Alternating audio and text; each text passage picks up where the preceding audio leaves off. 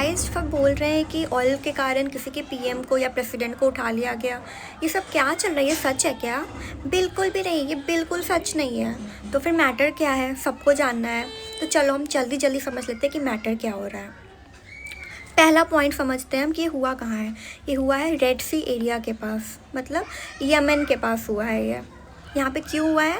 क्योंकि ये जो रूट है ये एशिया और यूरोप के बीच में ऑयल ट्रेड का सबसे इम्पॉर्टेंट रास्ता है। ठीक है। दूसरा पॉइंट है कि इसमें कौन इन्वॉल्व है। तो कौन कौन इन्वॉल्व है इसमें? पहले हो गए हुथिस। अच्छा, हुथिस पता है कौन है?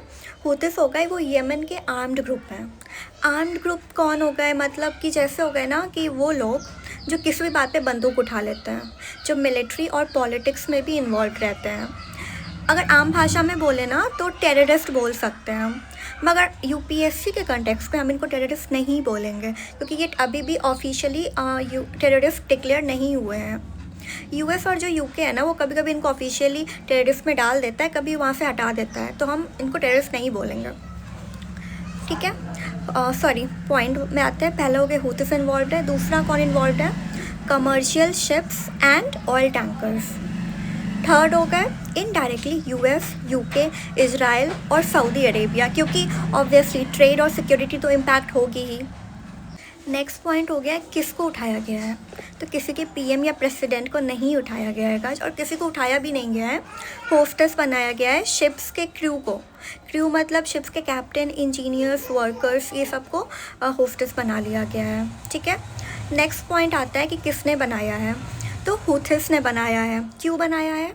क्योंकि उनका रीज़न है ना कि ये जो इजराइल गाजा कन्फ्लिक्ट हो रहे थे ये, और दूसरा कि वो चाहते हैं कि वेस्टर्न कंट्रीज़ पे प्रेशर बना रहे ज़्यादा से ज़्यादा। ठीक है।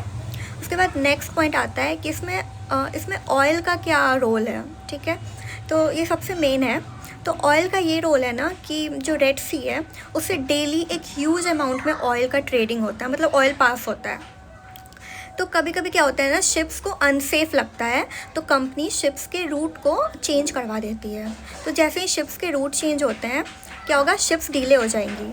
तो शिप्स डीले मतलब ऑयल डीले, ऑयल डीले मतलब ऑयल का शॉर्टेज, मतलब और ज़्यादा लोगों को चाहिए होगा ये ऑयल, और ज़्यादा चाहिए होगा इसीलिए ऑयल का डिमांड बढ़ा, तो ऑयल का कॉस्ट भी बढ़ा। मतलब बेसिकली ये जो ग्लोबल ऑयल का सिस्टम है ये डिस्टर्ब हो जाता है। तो इन लोगों को यही चाहिए बस।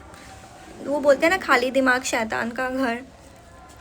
और हाँ, सबसे मेन चीज़, किसी के पीएम या प्रेसिडेंट को उठाया गया है नहीं उठाया गया है ये अभी कुछ भी क्लैरिफाई नहीं हुआ है। बट हाँ, जो वेनेजुएला के हैं मदुरो, उनको उन पे कुछ एलिगेशन लगाए हैं यूएस ने। ये बोला है कि वो ट्रैफिकिंग, ड्रग्स वगैरह में इन्वॉल्व्ड है।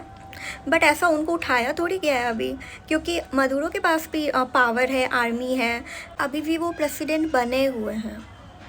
तो हाँ, वेनेजुएला जो है वो वर्ल्ड का लार्जेस्ट ऑयल रिजर्व है वहाँ पे। ठीक है।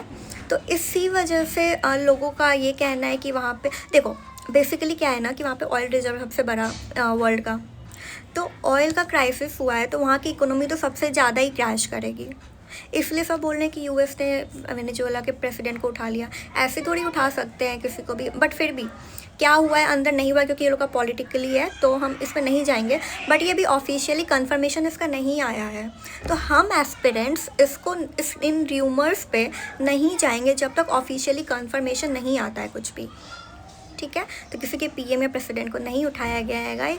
ये है पूरा ऑयल का जो भी अभी चल रहा है न्यूज़। तो आज के लिए इतना ही। Do like and subscribe and stay tuned for more such updates. Bye bye.